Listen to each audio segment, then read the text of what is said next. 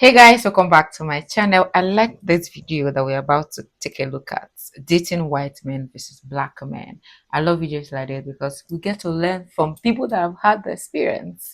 So let's take a look at what Annie Collins has got for us. As someone who was a serial dater, here's my experience of dating black men versus white men.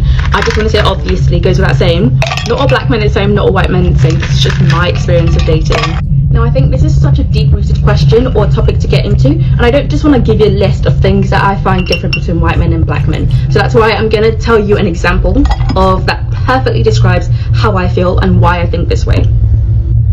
So a couple of years ago, I was in a relationship with a white man, and it came to the point where we're like, okay, let's meet the parents. We got to about a year into the relationship, and he went over to mine. He met my mum, and not just my mum, my whole family, but my mum is a key person in this whole story. So obviously, naturally, he was nervous. And the day came, we went to mine. My mum was on her phone, looked up from her phone to look up at him, but guess what? She then just said hi, and then she carried on her phone, as in, she's on her phone. We walked in, she looked up, hi, hello, coming in. She carried on her phone, and what was she doing? She was playing a game on her phone. Now, this didn't surprise me, and if you're from an African family, you know that in an African household, a lot of the time you know that you're loved, but they don't necessarily show you that you're loved. So me going home, my mum being there, being on her phone when I get there, it's nothing new to me, but it was to him. He was quite shocked, taken aback. He was just like, oh my god, immediately they don't like me. And I was like, no, like honestly, if they didn't like you, you'd be at the door before you could even say jack. Like, it's my mum was like, so what? True. This girl must be from Nigeria. If they don't like you, like, oh hello, how are you? Wouldn't have happened. Nah, you would have known. Nah. What's your intentions with my daughter? Like, it was very off the bat. What are we doing here? Like, yes.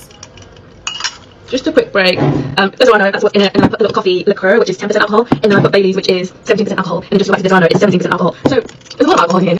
So after this whole experience, he was very disheartened and adamant that my parents just hated him, and I was like, that's not the case at all. Dismissed him, and I thought, you're just being silly and ridiculous, until I went to meet his family, his parents. Off the bat, his mom had like prepared a whole feast, and because at the time my favorite color was green, and I told him that, and he told his mum that. So she got me a present. She got me a green dress because my favorite color was green. Like, that just meant the world to me. Like, they treated me as if I was a celebrity. Like, they treated me the way they would show love to their son. When their son goes home, they cook him his favorite meal. When their son is like, there's just so much that they did for me that they would typically do for their son. And that was when it hit me. He's used to receiving love in a certain way that I just hadn't even experienced before, and I'd never felt love like that before in my life. Now, with the same white guy, I remember he would always, from the start of the relationship till the end of the relationship, which was for 4 years, he would always bring me flowers. Not just that, he would remember what my favorite snack was, because it changed every week. He would remember what my favorite snack was, going to the shops, and every time he was coming to mine or when we lived together, he would always get me my favorite snack. This is something that was so peculiar about him, but this was my first long-term relationship. But I just kind of figured this is what all relationships were. This is something I need to get used to. But then throughout my relationship with him, I remember feeling this dread of, oh my god, obviously he feels empathy towards me and my story, my background, but will he ever understand me on a deeper level? And I remember this came up so many times for us, and for me mentally I had to overcome this. But then when we broke up, I remember thinking, oh my god, I can find someone who can actually understand me, who perhaps has the same upbringing as me. And so about a year after that relationship, I dated a black guy, and at first it was electric, in the sense of he's not just feeling empathy towards me, he feels everything I'm feeling, or he's felt everything I'm feeling. Like, he understands, our family, he understands what that's like, he understands the struggle, he understands everything. And then that wore off, and it got to the part of the relationship where the honeymoon stage, and I remember I kept expecting him to buy me flowers, to buy me my favorite snacks, to do the things that I was so used to not so long ago. And I would bring this up to him so many times, and he just it just became like a nagging relationship, and I felt like I've never experienced this before. The only time I've experienced this before is seeing people within my family in the black culture do this, when they're nagging the man. They're nagging, like, I've never had to do this before. And I remember eventually I just sat him down. I thought, okay, right, what are we doing here? When are you gonna get me the flowers? Is this, like, I don't enjoy nagging you, I'm sure you don't enjoy being nagged, like, what is your plan here? And he remembered looking me dead in the eyes, and he said, You know the romantic shit you see on the TV, it's not real. Whoa. Sorry? Whoa. So yeah, he said to me, the relationship you see on TV, the flowers, the door openings, the snacks, the music, the theatrical stuff, it's not real. And I remember saying to him, like, that's like, I have experienced that before, so you can't sit there and tell me that's not real. Yeah. But he was just like, no, like, there's no way you've experienced it. But like, I've experienced. He's like, but you can't compare me to your past relationship. And I was like, but you're telling me something, and I'm telling you that it can't be real because I have experienced it before. And I remember we just had so Not him shifting the goalpost when she told him she has experienced it. Like, but the what I'm hearing here is, I don't want to love you the way you want to be loved. That's what I'm hearing. And I think oftentimes we do this, we want to love people the way we feel like. We don't want to love them the way they want to be loved. Everybody has got a way they want to be loved. And mind you, no matter what you are doing, you might be doing everything, doing heaven and earth. In your head, you are thinking, oh, you are pulling the world for this person. Meanwhile, you are doing too much in the person's side. The little things that that person wants, you're not doing it. And to him or her, she or he is not loved. But in your own eyes, and if you tell people, people will be saying, hey, but you are doing enough now. Is you enough for them? That's the question we should be asking ourselves. many arguments just because he couldn't do the romantic shit that he thought wasn't real.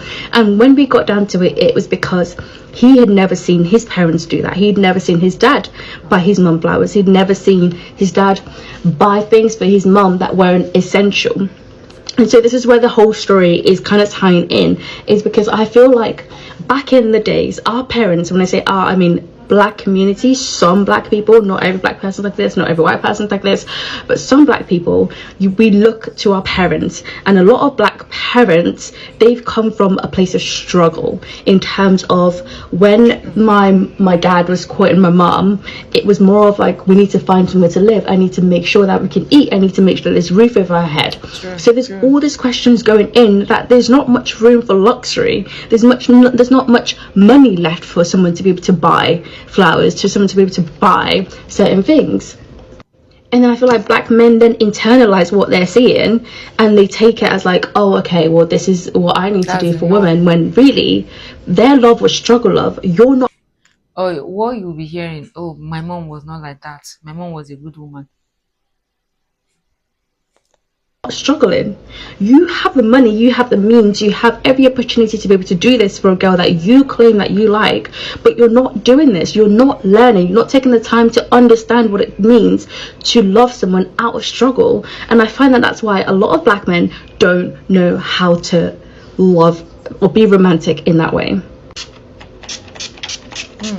My Those are final point, nice. which is my number one on the list, which is I find that black men struggle to love women in a romantic way, this the way that women romantically want to be loved. And I feel like white men typically, in my opinion, especially not just from my first relationship, but from men I've dated after that, I feel like white men tend to know how to be romantic. Are they going to be romantic? I don't know, but they tend to know more on how to be romantic. Whereas when I feel like when it comes to a black man, he doesn't necessarily know those things. He has to learn those things, and what's more, he has to actively really put those things into practice.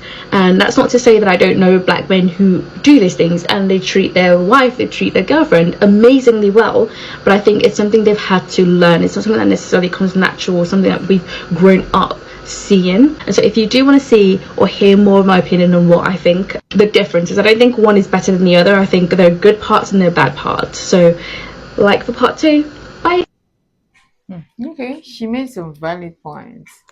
And to be honest, a lot of the way we react to things, a lot of the way we do things stems from our environment. And environment can either make or mar you. Environment is so vital. The environment a child is raised in is so vital. Like when I mean so vital, it shapes your mindset knowingly and unknowingly. And so I said all that to say that we need to be mindful of the environment we bring children into, and like we need to be intentional in raising children, and don't just allow the society or the environment to raise a child for you, which is what a lot of parents are doing. The environment is raising the child for them.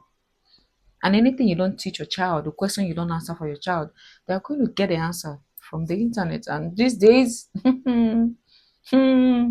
Everywhere is flooding with information, both the bad, negative, good, everywhere. So you have to be mindful. I think now it's more tougher to raise children than before. Yeah.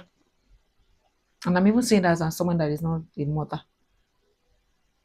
Yeah, let me know your thoughts in the comment section. If you've dated both white or black, let us know in the comment section. See ya. Like and subscribe. Let me show you guys this handcrafted tie and dye shirts. It's so lovely. It's one of my favorite thing. Let me show you another. So this comes in blue and white.